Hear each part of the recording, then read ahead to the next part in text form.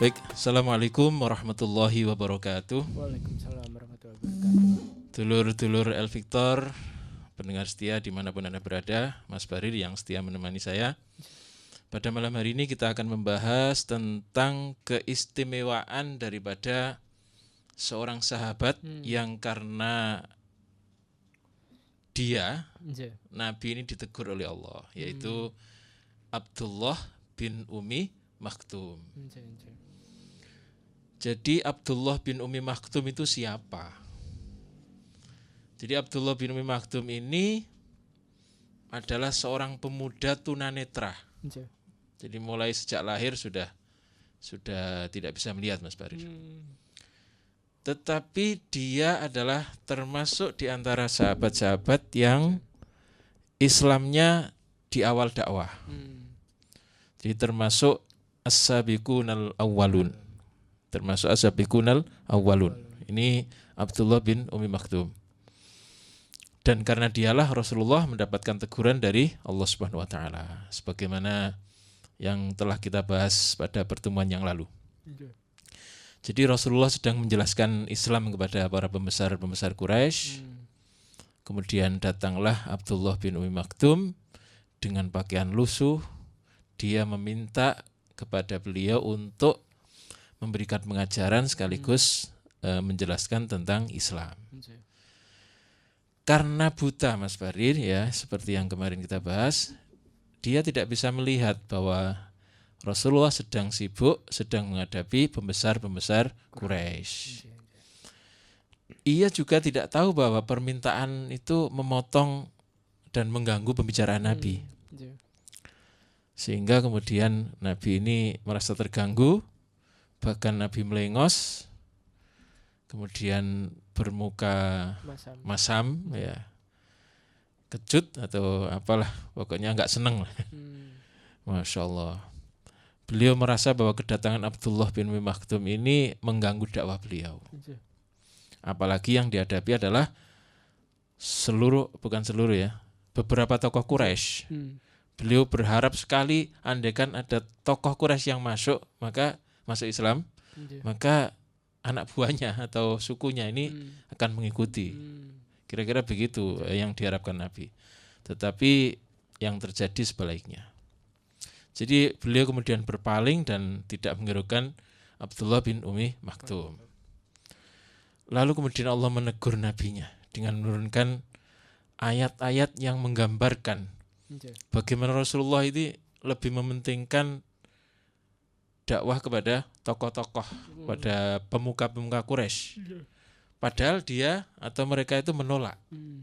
Sedangkan Abdullah bin Umi Maktum adalah orang yang bersungguh-sungguh ingin mencari pengetahuan dan petunjuk. Tetapi justru Nabi mengabaikan. Nah, Mas Barir dan dulur-dulur El Victor, ketika urusan Nabi dengan para pembesar Quraisy dan semuanya tidak ada yang tertarik, Mas Barir, ini selesai, maka Rasulullah kemudian menggandeng Umi Maktum. Abdullah bin Umi Maktum digandeng. Tiba-tiba pandangannya ini menjadi gelap, Mas Barir. Tengkuk itu sini, ini terasa berat dan tidak bisa meninggalkan tempat itu. Dan di saat itulah kemudian turun surat Abasa ayat 1-9. Abasa wa tawalla an ja'ahul a'ma. Dia Muhammad bermuka masam dan berpaling karena seorang buta, yaitu Abdullah bin Umi Maktum, telah datang kepadanya. Wa ma yudrika la'allahu yazakka. Tahukah engkau, wahai Muhammad, boleh jadi dia ini ingin menyucikan dirinya dari dosa-dosa. Au yadzakkaru fatanfa'ahu dzikra. Atau dia ingin mendapatkan pengajaran sehingga itu bermanfaat baginya. Amma man istaghna fa anta lahu tasadda. Adapun orang yang merasa dirinya serba cukup, yaitu pembesar-pembesar Quraisy, engkau memberi perhatian kepadanya. Wa ma'alaika alla yazakka, padahal tidak ada celah atasmu kalau dia tidak mensucikan dirinya atau tidak beriman. Wa amma man ja'aka yas'a wa huwa yakhsha. Adapun orang yang datang kepadamu dengan bersegera Nggih. untuk mendapatkan pengajaran yaitu Abdullah bin Maktum, Hmm. sedangkan dia takut kepada Allah, fa anta anhu talaha, maka engkau Muhammad engkau mengabaikan dia. Masya Allah. Ini mengulang yang kemarin bahwa inilah ayat-ayat teguran yang sangat lembut Nggih. untuk kekasihnya yaitu Muhammad Rasulullah Sallallahu Alaihi Wasallam. Nggih. Jadi tegurannya juga lembut, Mas Barir. Masya Allah. Karena memang sebenarnya wajar ya. Kita punya tamu orang penting, Hmm. sedang ngobrol tiba-tiba ada orang yang memotong. Nggih. Itu kira-kira ya sama seperti yang dilakukan oleh Nabi itu. Hmm. Nah dengan ayat ini pula Mas Barir, kita bisa membantah tuduhan bahwa Al-Quran itu adalah karangan Muhammad. Hmm. Andaikan ada non-muslim yang Betul. bertanya itu ya. Betul. Ini adalah salah satu ayat yang bisa digunakan untuk membantah mereka. Hmm. Masa ada yang ayat yang menjelekkan dirinya sendiri, kan tidak mungkin. Iya. Kita kalau ngarang itu tidak mungkin menjelekkan diri sendiri. Betul. Dan andaikan Al-Quran itu dari Muhammad, maka tidak mungkin ada ayat yang bisa merusak reputasi dirinya sendiri, yaitu menegur dirinya sendiri. Nggih. Nah, para dulur Victor, pendengar setia, setelah itu Nabi sering memamerkan kepada para sahabat yang lain. Nggih. Siapa yang dipamerkan? Abdullah bin Maktum, Mas Barir. Hmm. Jadi ketika ada sahabat banyak, kemudian di situ ada Abdullah bin Maktum, Nabi merangkul Abdullah bin Maktum ini. Hmm.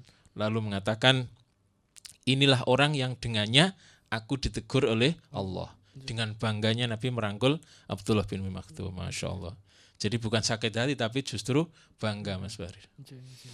Jadi itulah yang dilakukan Nabi kepada Abdullah bin Umi Maktum. Nggih. Dan muadzin yang paling terkenal di zaman Rasulullah siapa, Mas Barir? Bilal. Bilal bin Rabah, ya, Sayyidina Bilal bin Rabah. Dan ada satu lagi yang biasanya adzan itu, yaitu Abdullah bin Umi Maktum. Oh. Ya, iya. satu lagi nih. Hmm. Cuman ini gak begitu terkenal, Oh. jarang yang tahu kan. Oh. Nggih. Nggih. Masya Allah. Jadi terutama kalau subuh, Mas Barir. Hmm. Dulu subuh itu adzannya 2 kali. Oh, 2 kali. Iya. Nggih.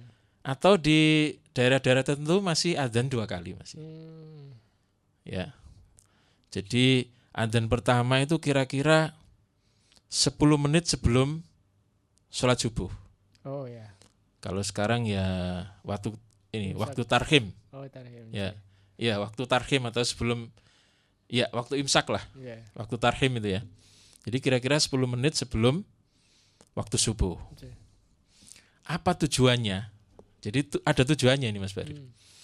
Tujuannya adalah untuk memberi tanda bagi orang yang sudah semalaman Nggih. melakukan qiyamul lail, Hmm. maka itulah waktu untuk beristirahat sejenak sebelum subuh. Nggih. Jadi cukup sampai situ dulu, istirahat sejenak. Hmm. Nah, karena Nabi ini diperintah khusus untuk melakukan qiyamul lail mulai dari tengah malam, Mas Barir.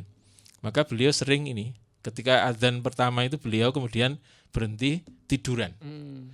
Ya kadang ya tidur, memang tidur ya, Betul. bukan hanya tiduran, Hmm.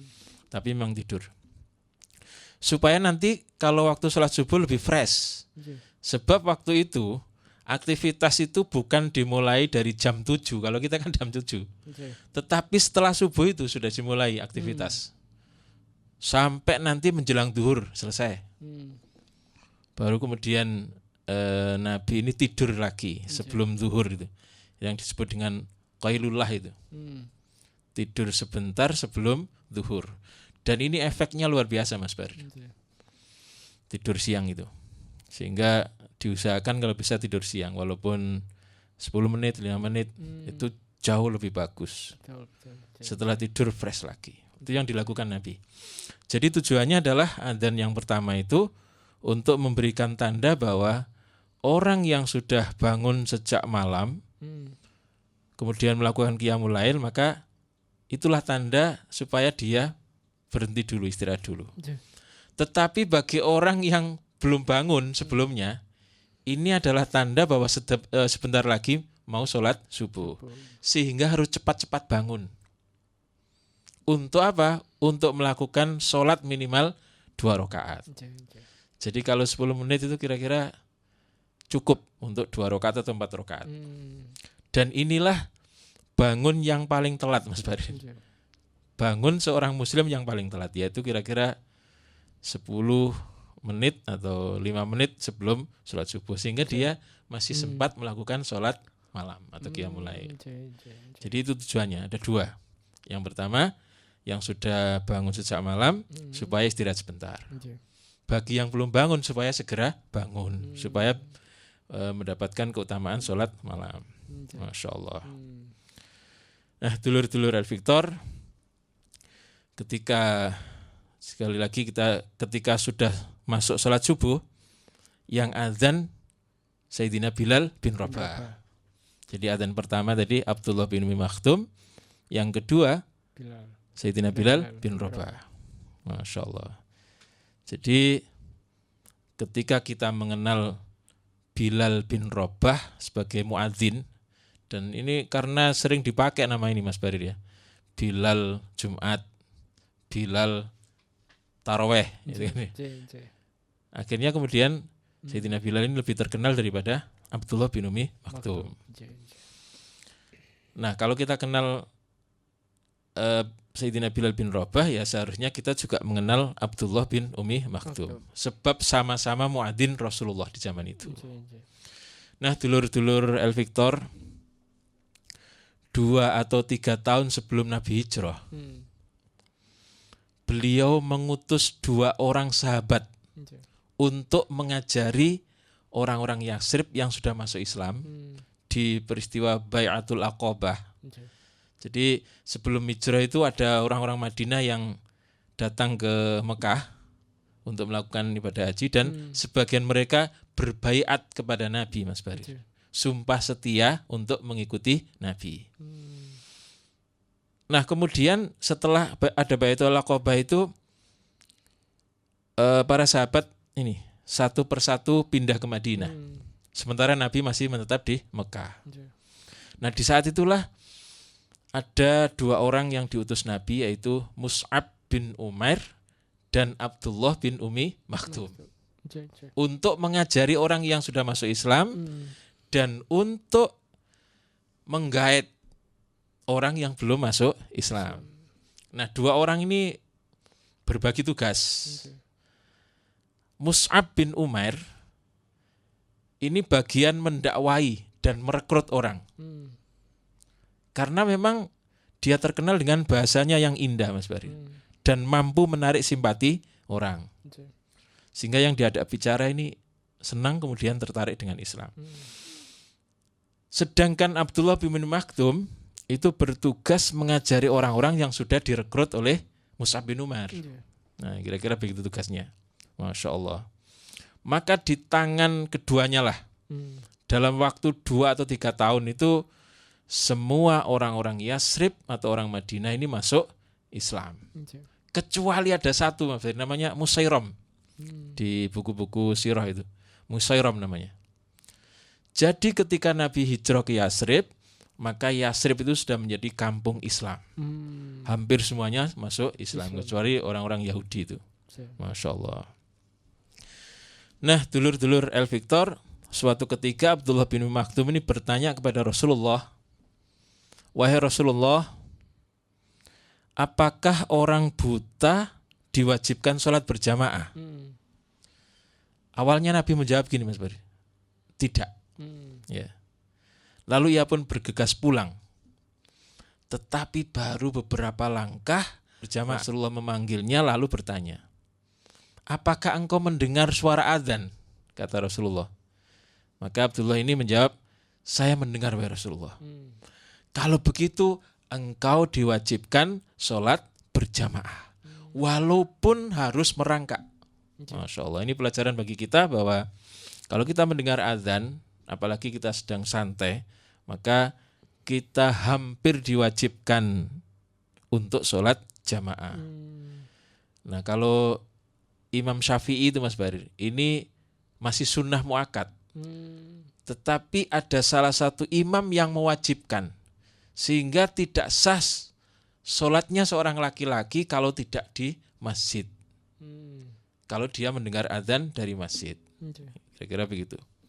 Masya Allah. Jadi mulai saat itu Abdullah bin Umi Maktum setiap mendengar azan maka dia langsung bergegas ke masjid.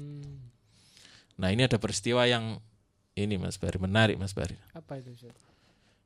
Suatu saat ketika Abdullah bin Umi Maktum ini mau ke masjid Mas Bari. Ini subuh-subuh ini. Kesandung dan jatuh. Kesandung pertama jatuh, berdarah. Kemudian dengan segala kemampuannya dia bangun lagi, jalan lagi, kesandung lagi dan jatuh. Lalu dia bangun lagi. Nah beberapa saat dia mau jatuh lagi, ternyata ketika mau jatuh itu dia merasa ada orang yang langsung memegangnya Mas Bari. Oh iya. Masya Allah, menarik tangannya dan menuntun ke masjid. Lalu pada hari-hari berikutnya orang ini setiap azan itu sudah di dekat rumahnya, di depan rumahnya. Nah, orang ini sudah di depan rumahnya, siap untuk mengantar Abdullah bin Umi Maktum. Masya Allah. Jadi siap mengantar Abdullah bin Umi Maktum untuk sholat berjamaah di masjid. Jadi setiap selesai azan dia sudah berada di depannya. Tetapi ada sesuatu yang aneh. Abdullah bin Umi Maktum ini merasa bahwa orang ini tidak masuk masjid Mas Bari. Enggak dituntun sampai masuk masjid gitu. Dan tidak mendengar suaranya ketika di dalam masjid. Masya Allah.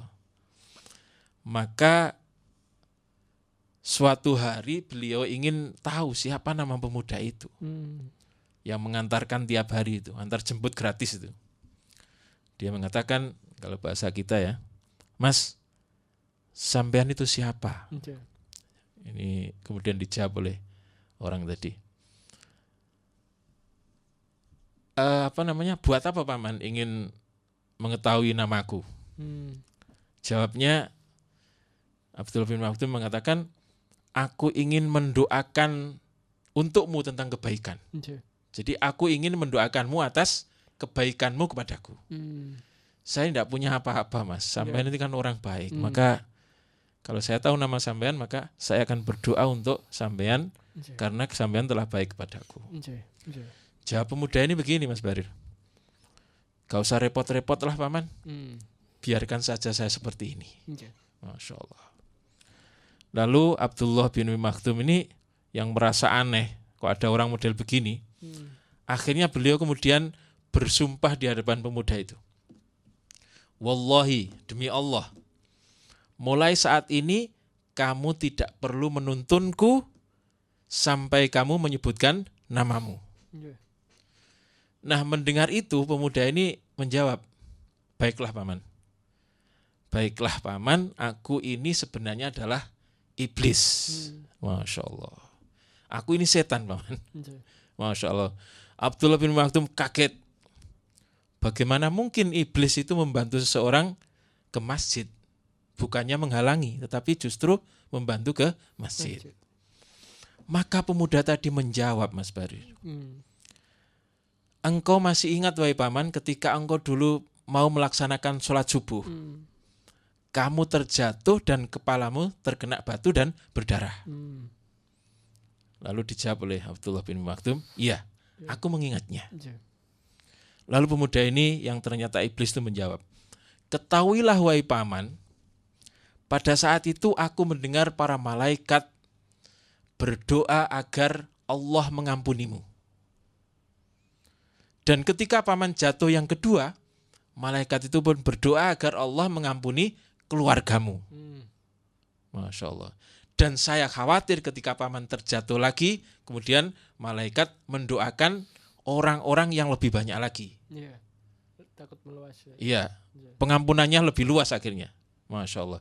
Sehingga aku rela mengantar jemputmu supaya paman tidak jatuh lagi. Masya Allah.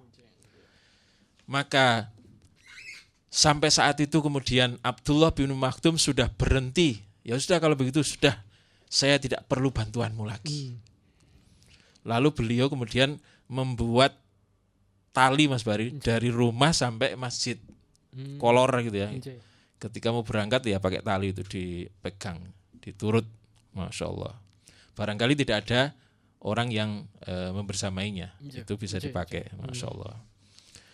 Luar biasanya adalah seorang Abdullah bin Maktum ini sering menjadi pengganti imam, sering menjadi pengganti Nabi Mas Bari, baik sebagai imam sholat maupun sebagai pemimpin.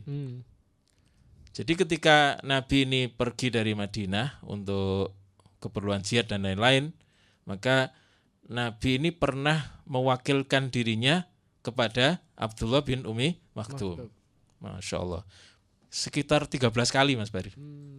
Bukan ke yang lain, tapi kepada Abdullah bin Umi Maktum. Bayangkan ini, diberi tugas mengganti Nabi, baik menjadi imam sholat maupun menjadi pemimpin Madinah. Dan yang paling menyenangkan Mas Bari, paling luar biasa adalah di zamannya Khalifah Umar bin Khattab, ia ikut barisan pasukan muslimin di perang Qadisiyah, yaitu perang melawan Persia,